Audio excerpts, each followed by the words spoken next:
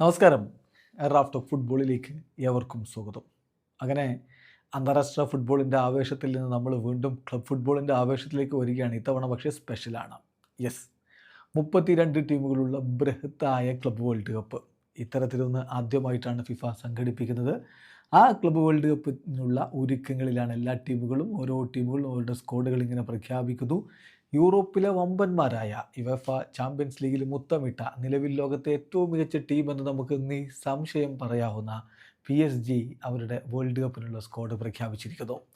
നമ്മൾ ആ സ്ക്വാഡിലേക്ക് പോവുകയാണ്. എല്ലാ സൂപ്പർ താരങ്ങളെയും ഉൾപ്പെടുത്തിക്കൊണ്ട് തന്നെയാണ് ഇപ്പോൾ ലൂയിസ് എൻറിക്കെ തൻ്റെ ടീമിനെ പ്രഖ്യാപിച്ചിരിക്കുന്നത്. സ്ക്വാഡിലുള്ളത് Gianluigi Donnarumma, Achraf Hakimi, Kimpembe, Beraldo, Marquinhos, Khvicha Kvaratskhelia, Fabian Ruiz, Gonzalo Ramos, Ousmane Dembele, ഡിസേഡു, Vitinha, Lee Kangin, Moscardo, Hernandez, Mayulu, Nuno Mendes, Barcola, Warren Emery, Safonov, Kamara, Mbaye, Pacho, Arnau Tenas, Neves. ഇതാണിപ്പോൾ പ്രഖ്യാപിച്ചിരിക്കുന്ന PSG squad. ഇപ്പം ഈ ഒരു ടൂർണമെൻറ്റിൽ PSG group സ്റ്റേജിലെ എതിരാളികൾ കരുത്തരാണ്. ആദ്യ മത്സരത്തിലെ എതിരാളികൾ നോക്കുക, അത്ലറ്റിക്കോ ഡി മാഡ്രിഡ് ആണ്.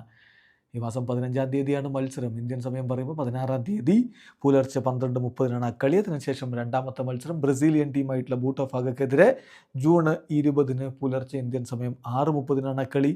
അതിനുശേഷം MLS ക്ലബ്ബായിട്ടുള്ള സിയാറ്റിൽ സൗണ്ടേഴ്സിനെതിരെ PSG കളിക്കും.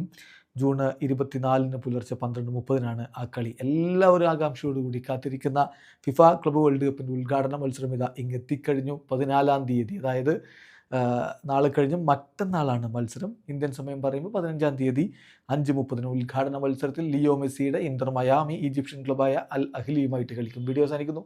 ഫുട്ബോൾ ലോകത്തെ കൂടുതൽ വിശേഷങ്ങളുമായി റാഫ് ടോക്സിൻ്റെ വരാം.